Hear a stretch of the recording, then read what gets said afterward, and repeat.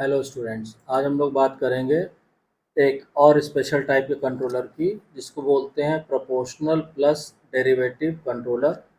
या वो कैसे काम करता है उसके एक्शन के बारे में। तो proportional plus derivative control action, या इसको शॉर्ट में पीडी कंट्रोलर भी बोलते हैं। तो देखिए, प्रोपोर्शनल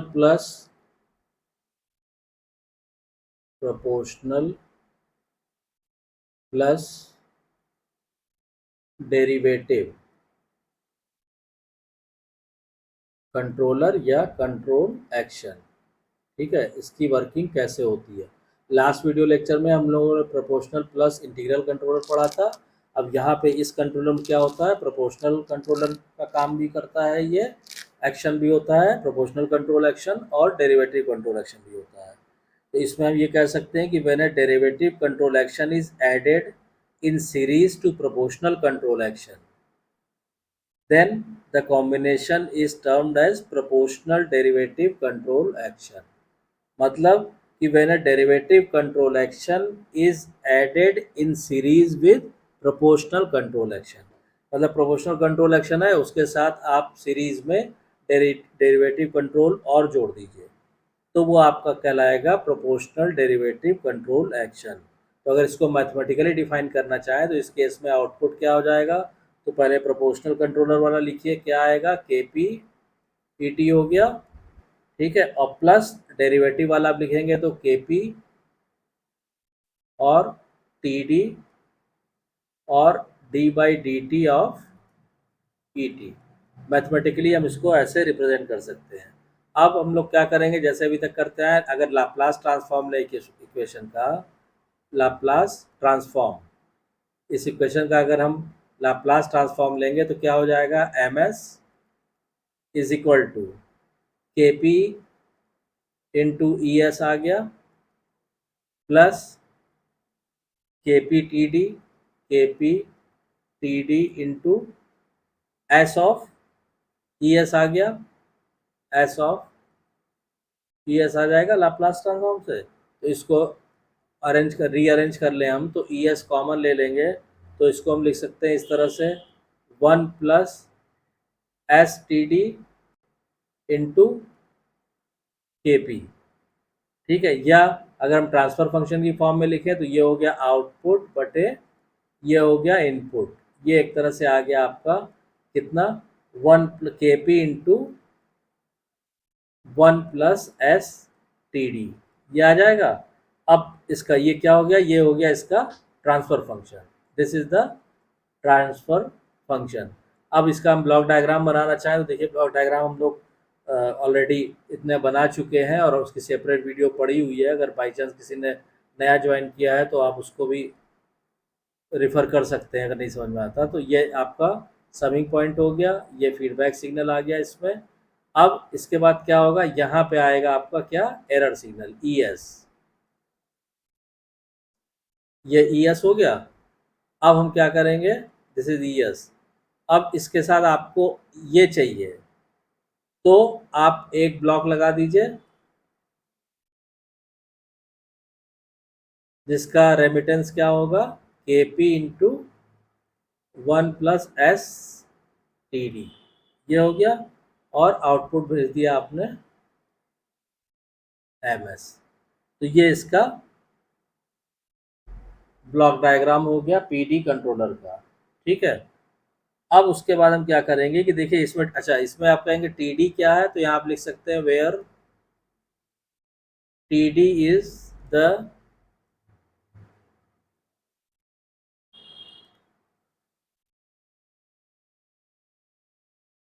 डेरिवेटिव टाइम। टीडी क्या है, डेरिवेटिव टाइम। अब आप पूछेंगे डेरिवेटिव टाइम क्या है, तो देखिए derivative time is defined as the time interval by which the rate action advances the effect of the proportional control action।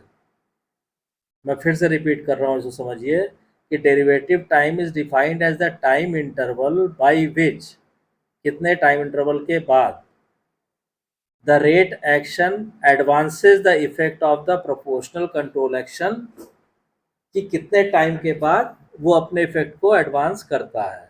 या दूसरे ढंग से हम कर सकते हैं कि derivative time is defined as the amount of lead expressed in unit of times that the control action is given. अब इसको हम ग्राफ से जब आपको समझाएंगे तो आपको एकदम से क्लियर हो जाएगा। तो देखिए इसमें हमने क्या लिया है, इसमें हमने मान लीजिए से सपोज कीजिए यहाँ, तो नेक्स्ट स्लाइड पे चलते हैं, यहाँ पे करेंगे तो सब ग्राफ मैच कर जाएगा। तो मान लीजिए हमने कहा हमारे पास कोई ये इनपुट सिग्नल है, रैम सिग्नल, ये टाइम हो गया, ये ईटी हो गया, और ईटी क्या है, ये टाइम, ये हमारे पास ये रैम सिग्नल है, और जिसका ये स्लोप जो है, स्लोप है D by D T of E T. Clear. और ये टाइम है यहाँ पे T one, this is time T one. ठीक। और ये जैसे ये दिस इज ज़ीरो। अब क्या होगा कि the derivative mode causes a step M D at T one and proportional mode causes a rise of M P equal to M D at T two. मतलब क्या हुआ, इसका जो आउटपुट आएगा पीडी कंट्रोलर का, वो आपका इस तरह आएगा। ये आपने ले लिया टाइम एक्सिस पे ये, और यहाँ हम क्या दिखा रहे हैं, आउटपुट। ये आप एम टी लिख लीजिए या आप इसको आउटपुट भी लिख सकते हैं। ठीक। अब ये आपने मेंशन कर दिया इसके साथ लेके, ये मान लीजिए टाइम हो गया टी वन। ठीक। अब जो इसका आउटपुट आएगा पीडी कंट्रोलर का, वो इस तरह आएगा कि पहले तो टी वन तक तो ये ऐसे ही रहेगा, देखिए ये आ गया। ठीक। और टी वन पे सडनली ये अपना लेवल चेंज करेगा और यहाँ से ये आ जाएगा इस तरह से। और ये जो टाइम है, ठीक है, ये मान लीजिए टाइम हो गया टी टू। ठीक। अब ये जो हाइट है, देखिए ये ये हुआ आपका एम डी, इसको हम मेंशन कर दे रहे हैं, दिस इज एम डी। ये किसकी वजह से होगा, due to derivative action, due to derivative action. देखिए इसको समझ लीजिए क्यों, इसलिए कि डेरिवेटिव एक्शन आप लेंगे तो एट टाइम टी वन पे ये तुरंत ये स्टेप अप हो जाएगा एम डी, और उसके बाद इसको अगर आप करेंगे कि टी वन से टी टू टाइम तक के बीच में ये कितना स्टेप अप कर जाएगा, ये हो जाएगा एम पी। और एम पी क्या है, ड्यू टू प्रोपोर्शनल एक्शन। समझ रहे हैं। तो इस टाइम T1 से T2 के बीच में तो इसी को फॉलो करेगा, ये इसी को।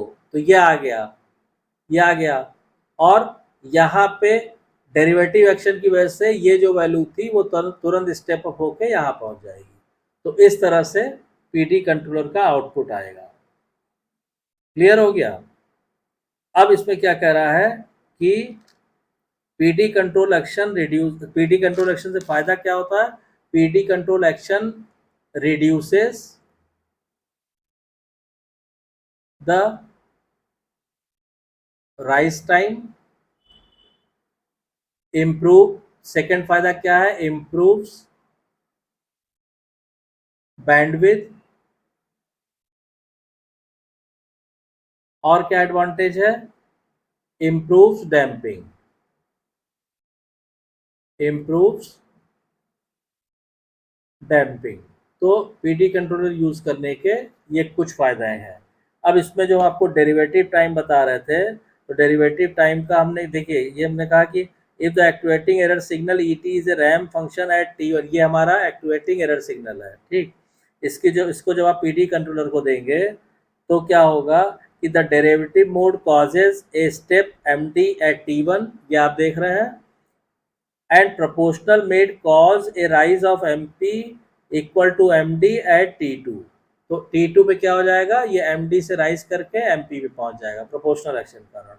और ये जो टाइम होता है, ये टाइम इंटरवल, यही कहलाता है आपका डेरिवेटिव टाइम। क्लियर।